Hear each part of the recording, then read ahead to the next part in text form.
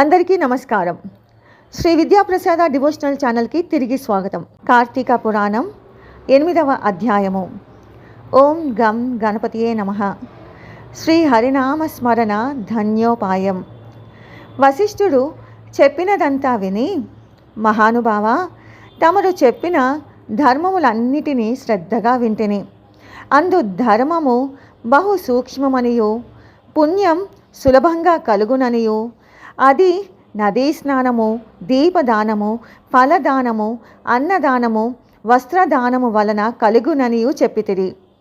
ఇట్టి స్వల్ప ధర్మముల చేతనే మోక్షము లభించుచుండగా వేదోక్తముగా యజ్ఞ యాగాదులు చేసినా గాని పాపములు పోవని మీ వంటి మునిశ్రేష్ఠులే చెప్పుచుందురు గదా. మరి తమరు ఇది సూక్ష్మములో మోక్షముగా కనబరిచినందుకు నాకు అమితాశ్చర్యము కలుగుచున్నది. దుర్మార్గులు కొందరు సదాచారములను పాటింపక వర్ణ సంకరులై రౌరవాది నరక హేతువులుగా మహాపాపములు చేయువారు ఇంత తేలికగా మోక్షము పొందుట వజ్రపు కొండను గోటితో పికిలించుట వంటిది. కావున దీని మర్మమును విడమర్చి విపులీకరించ ప్రార్థించుచున్నాను అని కోరెను. అంతటా వశిష్ఠుల వారు చిరునవ్వు నవ్వి, జనక మహారాజా, నీవు వేసిన ప్రశ్న సహేతుకమైనది. నేను వేదాంగములను కూడా పఠించుతని. వానిలో కూడా సూక్ష్మ మార్గాలున్నవి. అవి ఏమనగా సాత్విక, రాజస, తామసములు అని ధర్మము 3 రకములు.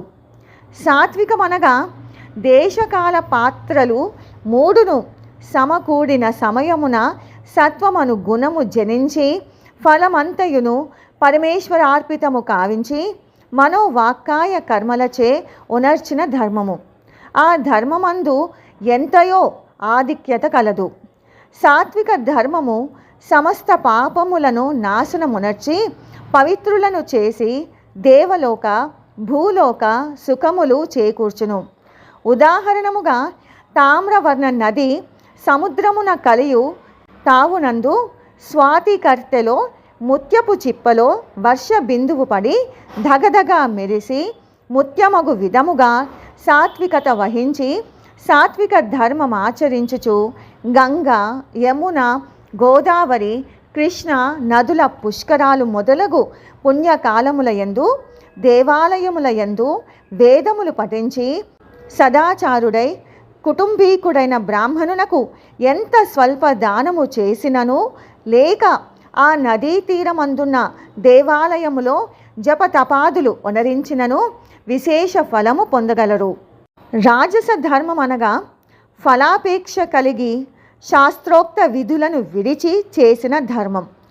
ఆ ధర్మం పునర్జన్మ హేతువై కష్ట సుఖాలు కలిగించున్నదు అగును. తామస ధర్మం అనగా శాస్త్రోక్త విధులను విడిచి దేశకాల పాత్రలు సమకూడని సమయమున డాంబికాచరణార్థము చేయు ధర్మము.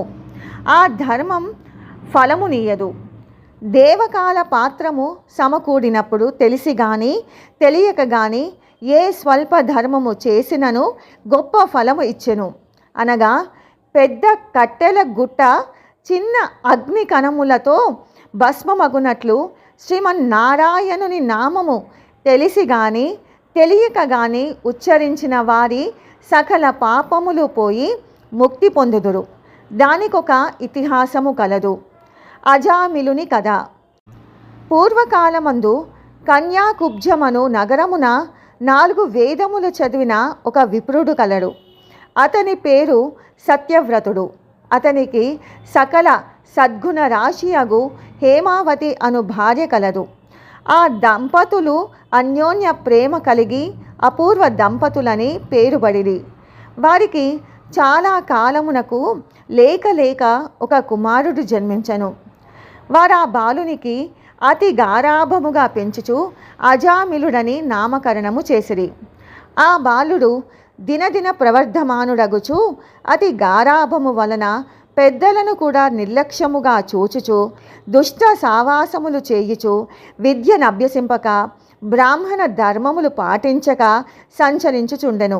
ఈ విధముగా కొంతకాలమునకు యవ్వనము రాగా కామాంధుడై మంచి చెడ్డలు మరిచి యజ్ఞోపవీతము త్రెంచి మద్యము సేవించుచు ఒక ఎరుకుల జాతి స్త్రీని వలచి నిరంతరము ఆమెతోనే కామ క్రీడలలో తేలియాడుచు ఇంటికి రాకుండా తల్లిదండ్రులను మరచి ఆమె ఇంటనే భుజించుచుండెను.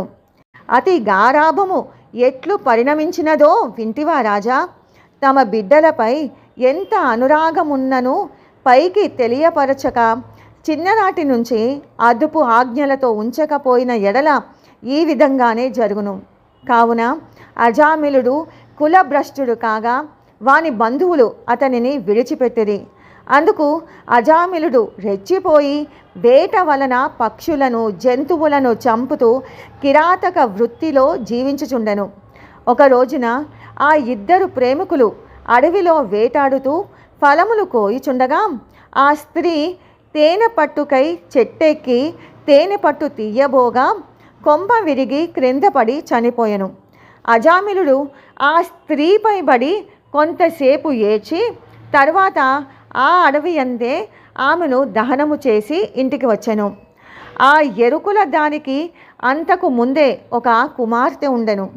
కొంతకాలమునకు ఆ బాలికకు యుక్త వయస్సు రాగా కామాంధకారముచే కన్ను మిన్ను గానక అజామిలుడు ఆ బాలికను కూడా చేపట్టి ఆమెతో కూడా కామ క్రీడలలో తేలియాడుచుండెను. వారికి ఇద్దరు కొడుకులు కూడా కలిగిరి. ఇద్దరు పురిటిలోనే చచ్చిరి. మరలా ఆమె గర్భము ధరించి ఒక కుమారుని కనెను. వారిద్దరూ ఆ బాలునికి నారాయణ అని పేరు పెట్టి పిలుచుచు ఒక్క క్షణమైనను ఆ బాలుని విడువక ఎక్కడకు వెళ్ళినా వెంటబెట్టుకొని వెలుచు నారాయణ నారాయణ అని ప్రేమతో సాకుచుండెను. కానీ నారాయణ అని స్మరించిన ఎడల తన పాపములు నశించి మోక్షము పొందవచ్చునని మాత్రమతనికి తెలియకుండెను. ఇట్లు కొంతకాలము జరిగిన తర్వాత అజామిలునకు శరీర పటుత్వము తగ్గి రోగగ్రస్తుడై మంచము పట్టి చావునకు సిద్ధపడి ఉండెను. ఒకనాడు భయంకర ఆకారములతో పాశాది ఆయుధములతో యమభటులు ప్రత్యక్షమైరి. వారిని చూచి అజామిలునికి భయము చెంది కుమారునిపైనున్న వాత్సల్యము వలన ప్రాణములు విడవలేక నారాయణ నారాయణ అని అనుచు ప్రాణములు విడిచెను. అజామిలుని నోట నారాయణ అను శబ్దము వినబడగానే యమభటులు గడగడ వణికిపోసాగిరి. అదే వేళకు దివ్య మంగళకారులు శంఖచక్ర గదాధరులు అగు శ్రీమన్నారాయణుని దూతలు విమానములో అచటికి వచ్చి, ఓ యమభటులారా, వీడు మావాడు, మేము వీనిని వైకుంఠమునకు తీసుకొని పోవుటకు వచ్చితిమి అని చెప్పి అజామిలుని విమానం ఎక్కించి తీసుకొని పోవచుండగా యమదూతలు, అయ్యో మీరెవరు?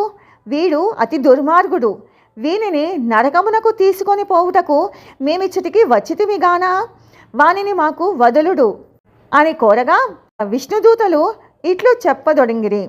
ఇట్లు స్కాంద పురాణాంతర్గత వశిష్ఠ ప్రోక్త కార్తీక మహత్యమందలి 8వ అధ్యాయం 8వ రోజు పారాయణం సమాప్తం.